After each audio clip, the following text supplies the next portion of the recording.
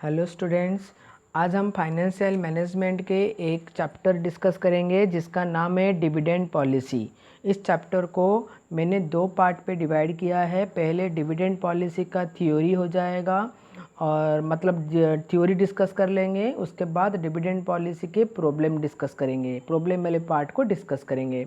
तो थ्योरी वाले पार्ट में आज हम ये डिस्कस कर लेते हैं डिविडेंड क्या है, डिविडेंड पॉलिसी क्या है, कितने तरह की डिविडेंड पॉलिसी होते हैं, ये सारी चीज़ें हम आज डिस्कस कर लेते हैं।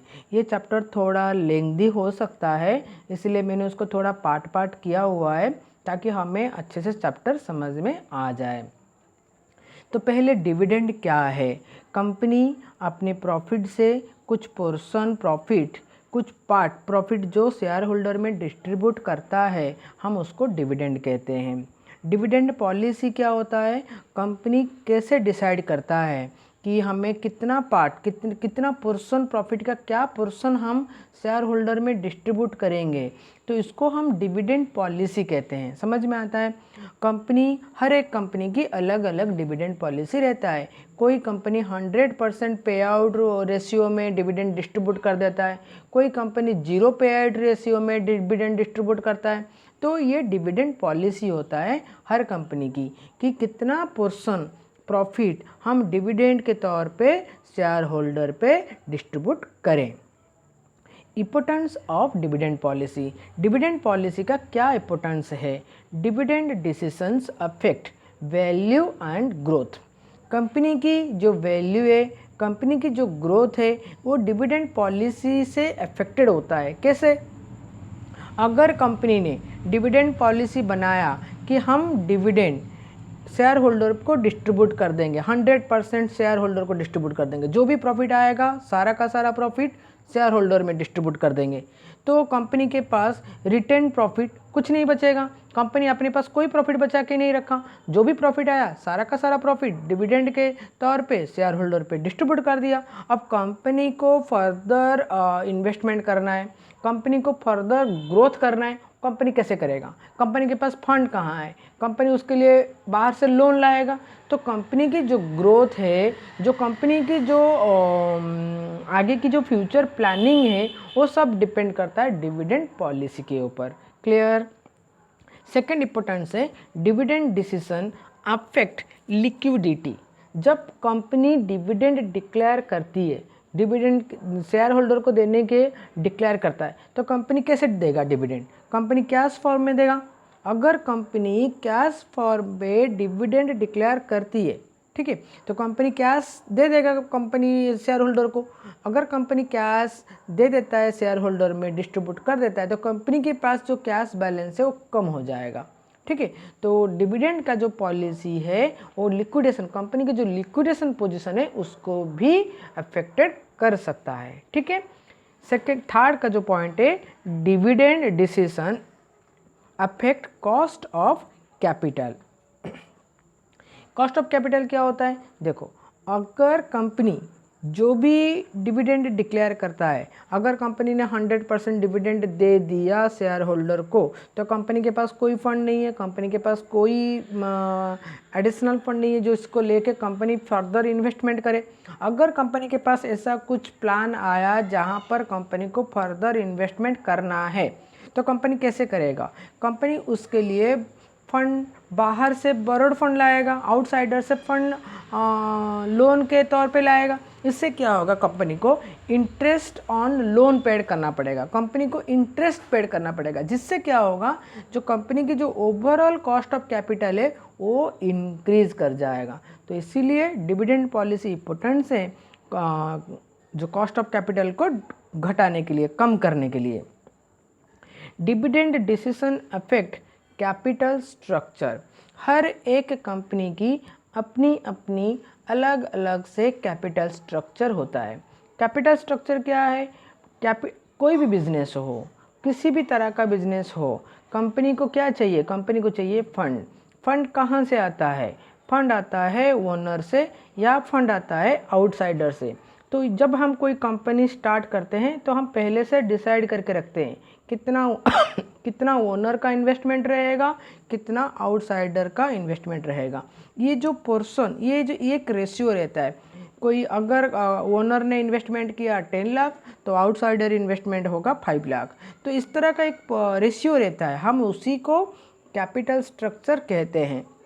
लेकिन अगर हमारा डिविडेंड पॉलिसी से हम सारा का सारा डिविडेंड, सारा का सारा प्रॉफिट डिविडेंड के तौर पे अगर हम सारे शेयर होल्डर को डिस्ट्रीब्यूट कर देंगे तो फ्यूचर इन्वेस्टमेंट के लिए हमें फर्दर शेयर इशू करने पड़ेंगे, जिससे हो सकता है हमारा जो कैपिटल स्ट्रक्चर है वो बिगड़ जाए। इसीलिए डिविडेंड पॉलिसी काफ़ी हद तक इस सारे केसेस में इम्पोर्टेंस रहता है। अब हम डिस्कस करेंगे kinds of dividend.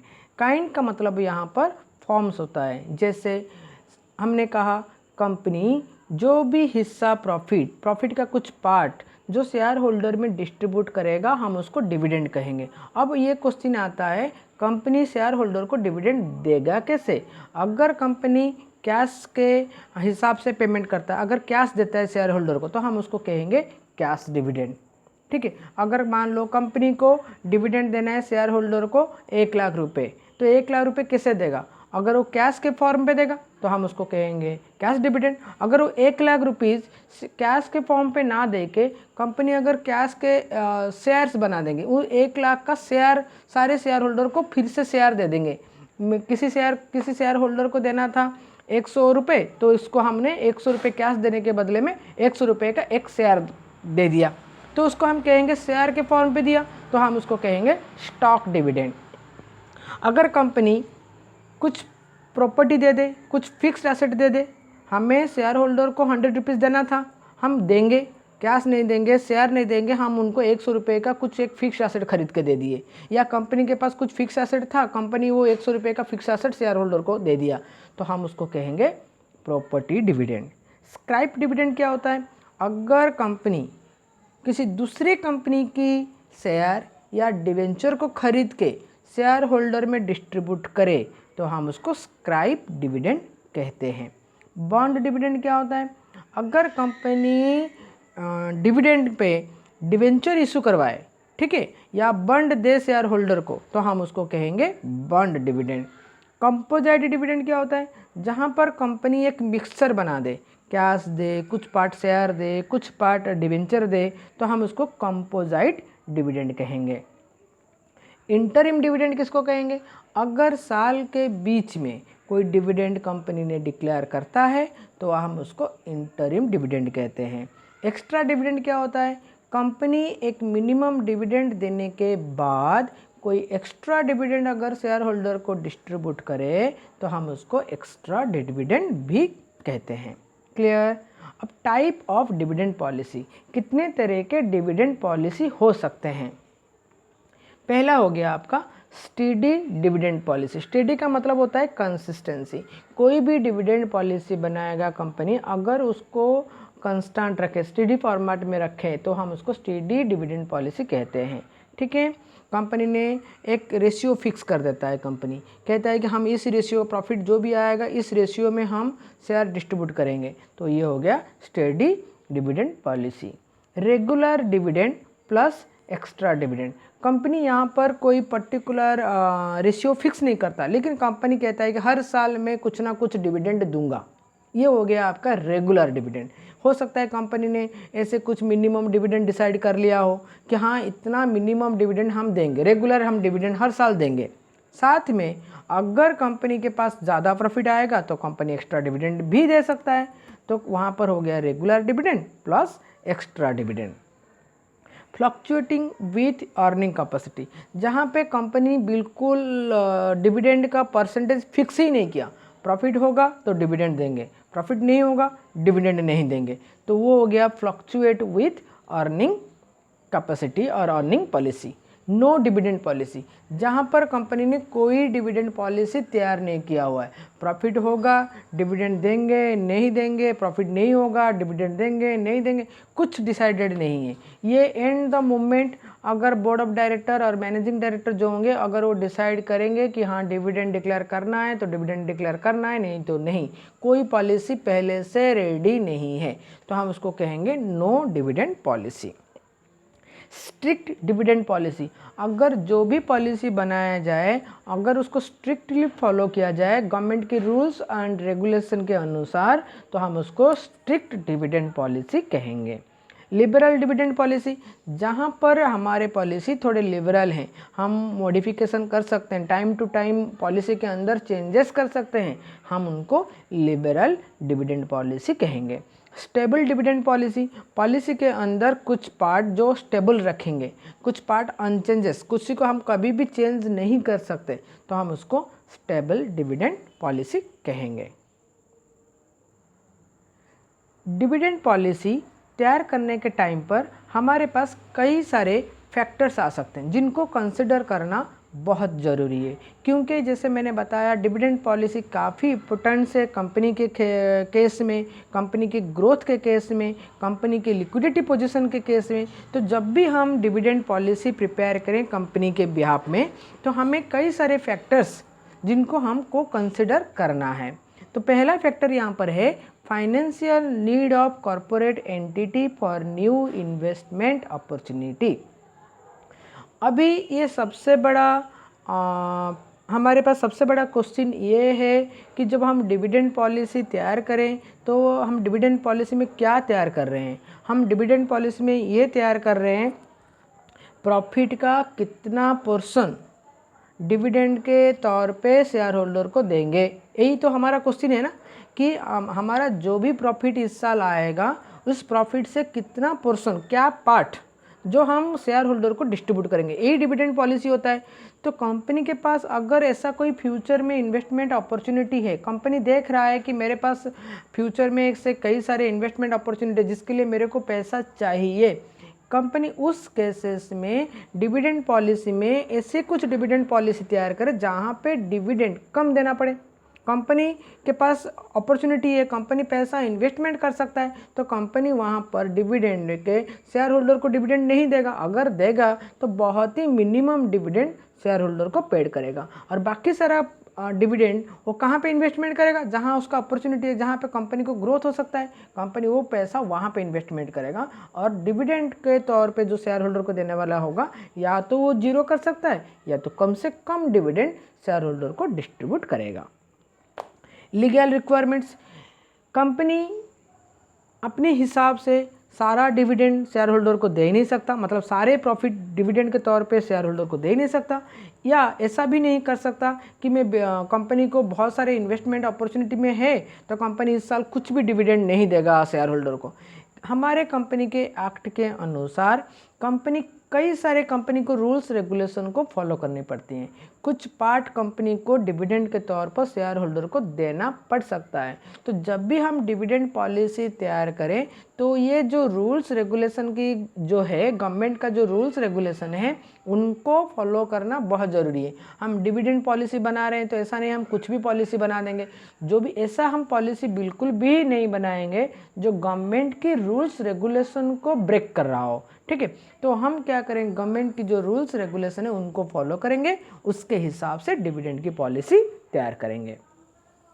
Life cycle stage of an entity, हर एक ऑर्गेनाइजेशन की अपनी एक लाइफ साइकिल होती है।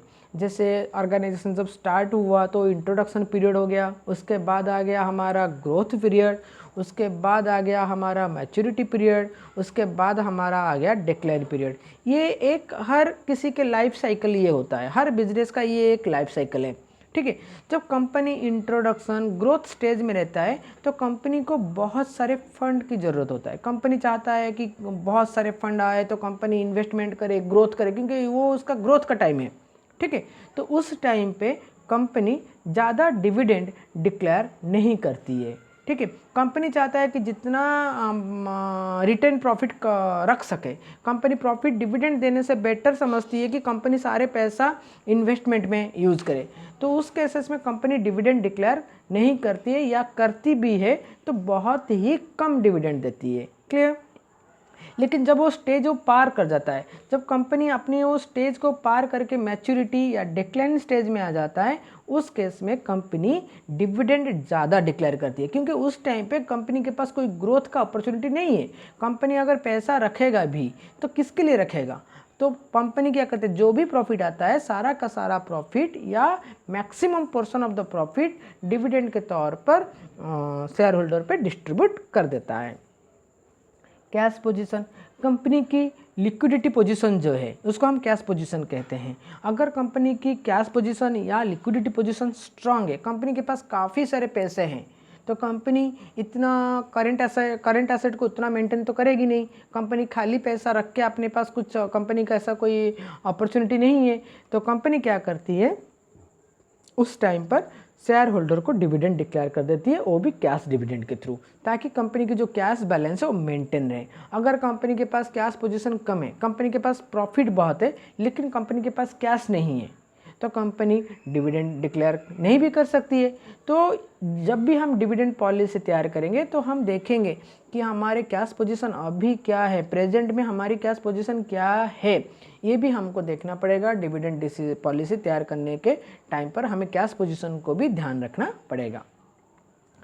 ग्रोथ प्रोस्पेक्ट्स, जैसे मैंने बताया, अगर कंपनी फ्यूचर में ग्रोथ करना चाहती है, कंपनी चाहती है कि अब हम ग्रोथ करेंगे, हमें और इन्वेस्टमेंट की ज़रूरत है, कंपनी अपॉर्चुनिटी सर्च कर रही है, तो अगर कंपनी की मोटिव है कि ग्रोथ करना, जहाँ पर कंपनी है वहाँ पे नहीं रुकना और हमें ग्रोथ करना, तो उस केस में कंपनी को फंड की बहुत ज़रूरत है, तो कंपनी वहाँ पे डिविडेंड डिक्लेयर नहीं करेगी। अगर करेगी तो बहुत ही कम करेगा। कंपनी हमेशा, कंपनी की यही कोशिश रहेगा कि ज़्यादा से ज़्यादा रिटर्न प्रॉफिट कंपनी जमा कर ले। अर्निंग स्टेबिलिटी, अगर कंपनी की प्रॉफिट जो है हर साल एक स्टेबिलिटी पे प्रॉफिट कमा रहा है, कंपनी की जो प्रॉफिट है वो एक स्टेबल रेट में कंपनी प्रॉफिट कर रहा है, हर साल लगभग एक अमाउंट उसको प्रॉफिट हो रहा है, तो कंपनी कुछ डिसीजंस ले सकता है। कंपनी कुछ सोच सकता है कि हाँ, मैं प्रॉफिट, हमारा एवरेज प्रॉफिट इतना आ रहा है तो हम इतना प्रॉफिट शेयर होल्डर में डिस्ट्रीब्यूट कर सकते हैं, तो कंपनी के डिसीजन लेने में थोड़े ईजी होंगे। अगर कंपनी की प्रॉफिट स्टेबिलिटी नहीं है, कभी कंपनी ने ज़्यादा प्रॉफिट कमा दिया, कभी कंपनी कम प्रॉफिट कमाता है, तो उस केसेस में कंपनी डिविडेंड पॉलिसी कैसे तैयार करेगा?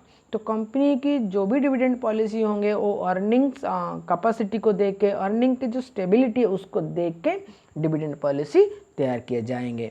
उसके बाद कंट्रोल ऑब्जेक्टिविटी, ये क्या होता है? देखो, जब हम कंपनी स्टार्ट करते हैं, कंपनी के जो रियल ओनर्स हैं वो कौन है? वो है हमारे शेयर होल्डर्स।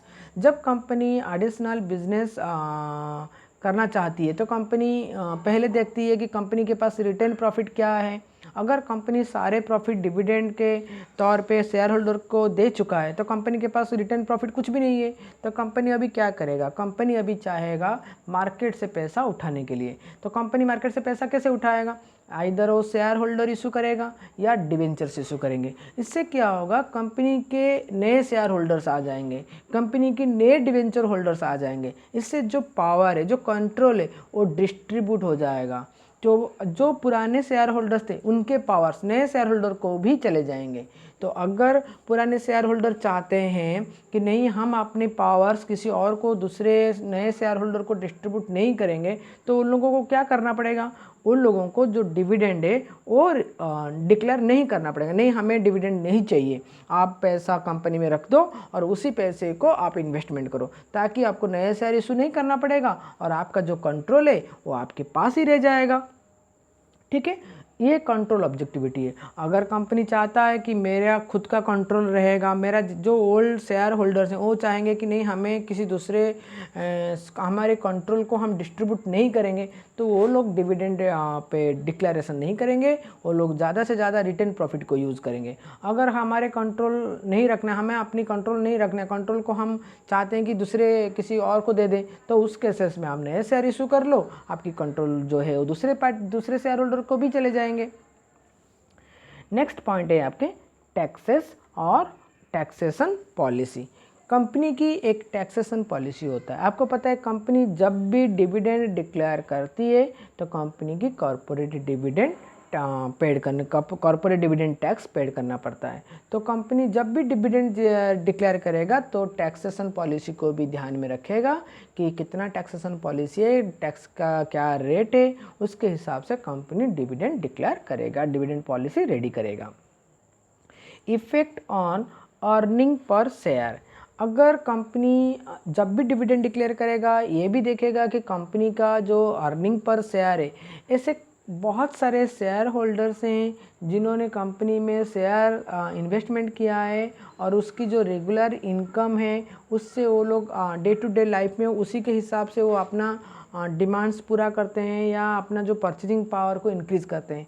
तो कंपनी अगर डिविडेंड डिक्लेयर नहीं करेगा तो ये अर्निंग पर जो शेयर है वो उससे अफेक्टेड हो सकता है।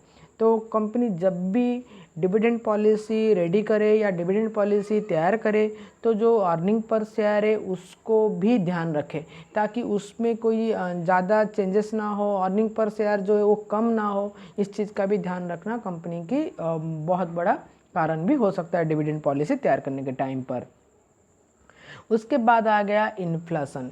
इन्फ्लेशन क्या होता है? इन्फ्लेशन एक टाइम पीरियड है। इस टाइम पे क्या होता है, जो भी चीज़ हम खरीदते हैं ज़्यादा रेट से वो चीज़ खरीदते हैं जिसका एक्चुअल कॉस्ट प्राइस से ज़्यादा रहता है। जैसे कंपनी को कोई एसेट खरीदना है तो कंपनी एसेट के लिए 1 लाख रुपीज़ पहले से जमा करके रखा है कि हम वो एसेट को 1 लाख में खरीदेंगे, लेकिन इन्फ्लेशन के चलते अभी वो एसेट 1,20,000 का हो गया। तो अभी कंपनी 20,000 कहाँ से लाएगा? तो अगर कंपनी ने पहले से रिटर्न प्रॉफिट मेंटेन किया होगा तो कंपनी वहाँ से 20,000 रुपये रिटर्न प्रॉफिट से निकाल के एसेट में डाल सकता है। लेकिन अगर कंपनी ने कोई रिटर्न प्रॉफिट मेंटेन किया ही नहीं है, सारा प्रॉफिट डिविडेंड के आकार में शेयर होल्डर को डिस्ट्रीब्यूट कर चुका है, तो कंपनी कैसे मेंटेन करेगा? तो कंपनी इन्फ्लेशन को भी देखता है, डिविडेंड पॉलिसी बनाने के टाइम पे इन्फ्लेशन पॉइंट फैक्टर्स को भी नज़र करता है। Desire and type of share holder. अभी जो कंपनी के जो शेयर होल्डर्स हैं, हर शेयर होल्डर्स आपके एक सोसाइटी में रहते हैं, उनकी ज़रूरत डे टू डे लाइफ में उनकी नीड रहती है और एक शेयर होल्डर दूसरे शेयर होल्डर से अलग सोचता भी अलग है। तो अगर कोई शेयर होल्डर ऐसे सोचता है कि नहीं मेरे को अभी पैसा नहीं चाहिए, जो भी पैसा है कंपनी डेवलप हो हम बाद में पैसा ले लेंगे, उस तरह के शेयर होल्डर मेंटेलिटी रहेगा तो कंपनी वहाँ पे डिविडेंड कम डिक्लेयर करेगा और जब कंपनी रिटर्न प्रॉफिट ज़्यादा मेंटेन करेगा और उस पैसे को कंपनी अपने इन्वेस्टमेंट में यूज़ कर सकता है। लेकिन अगर हमारे शेयर होल्डर थोड़ा ओल्ड एज के रहेंगे, जैसे आपको ओल्ड एज हो गए या कोई डिपेंडेंट जो हैं जो शेयर वो डिपेंडेंट है कि कंपनी उनको डिविडेंड दे और वो डिविडेंड से वो डे टू डे लाइफ उनका चलता है, तो इस केसेस में कंपनी अगर उनको डिविडेंड डिक्लेयर नहीं करता है तो उनकी डे टू डे लाइफ में प्रॉब्लम हो जाती है। तो उस तरह के शेयर होल्डर उनकी मेंटेलिटी को देख के कंपनी अपने डिविडेंड पॉलिसी रेडी करता है। फिर आ गया आपका नेचर ऑफ इंडस्ट्री। आपको पता है इंडस्ट्री कई तरह के हो सकते हैं, कॉटन इंडस्ट्री, आपकी मैन्युफैक्चरिंग इंडस्ट्री, आपकी सर्विस इंडस्ट्री, इलेक्ट्रॉनिक इंडस्ट्री, ऐसे कई सारे डिफरेंट इंडस्ट्रीज़ होते हैं। हर एक इंडस्ट्री के लिए एक जैसा डिविडेंड पॉलिसी नहीं बनाया जा सकता, तो हर एक इंडस्ट्री अपनी डिविडेंड पॉलिसी अपनी इंडस्ट्री के हिसाब से अपनी मार्केट ग्रोथ के हिसाब से पॉलिसी रेडी करता है। गवर्नमेंट इकोनॉमिक पॉलिसी, हर साल हमारी नई बजट प्रिपेयर होती है, गवर्नमेंट नए बजट बनाते हैं, गवर्नमेंट इकोनॉमिक पॉलिसी में कई सारे चेंजेस लाते हैं, इंडस्ट्री डेवलपमेंट प्रोजेक्ट्स भी कई सारे नए प्रोजेक्ट भी लाते हैं, इंडस्ट्री का कई सारे इंसेंटिव प्लान्स भी रहता है। तो कंपनी अगर ये सारे जो इकोनॉमिक पॉलिसी है अगर ये कंपनी के फेवर में रहता है तो कंपनी आगे ग्रोथ करने का उम्मीद में ऐसे कर सकता है कि डिविडेंड डिक्लेरेशन कम करे और रिटर्न प्रॉफिट को ज़्यादा रखे। लेकिन अगर जो इकोनॉमिक पॉलिसी गवर्नमेंट ने रेडी किया है अगर वो कंपनी के फेवर में नहीं है तो कंपनी उस केसेस में ज़्यादा से ज़्यादा पैसा, ज़्यादा से ज़्यादा जो प्रॉफिट है वो डिविडेंड के तौर पे डिस्ट्रीब्यूट कर सकता है। एज ऑफ कंपनी की एज मतलब यहाँ पर एक्सपीरियंस। कंपनी जितना एज का होता है, जितना ओल्ड कंपनी होगा, लोगों का एक्सपेक्टेशन, शेयर होल्डर के जो एक्सपेक्टेशन है वो बढ़ जाएगा कि हम इतने पुराने कंपनी में अपना पैसा इन्वेस्टमेंट किए हैं, अब तो हमें डिविडेंड चाहिए। तो इस तरह की एक्सपेक्टेशन बढ़ जाता है जब कंपनी की काफ़ी एज हो जाता है, कंपनी के पास काफ़ी एक्सपीरियंस हो जाते हैं, तो कंपनी उस टाइम पे अपनी जो ब्रांड है, अपनी गुडविल को मेंटेन करने के लिए डिविडेंड डिक्लेयर करती है।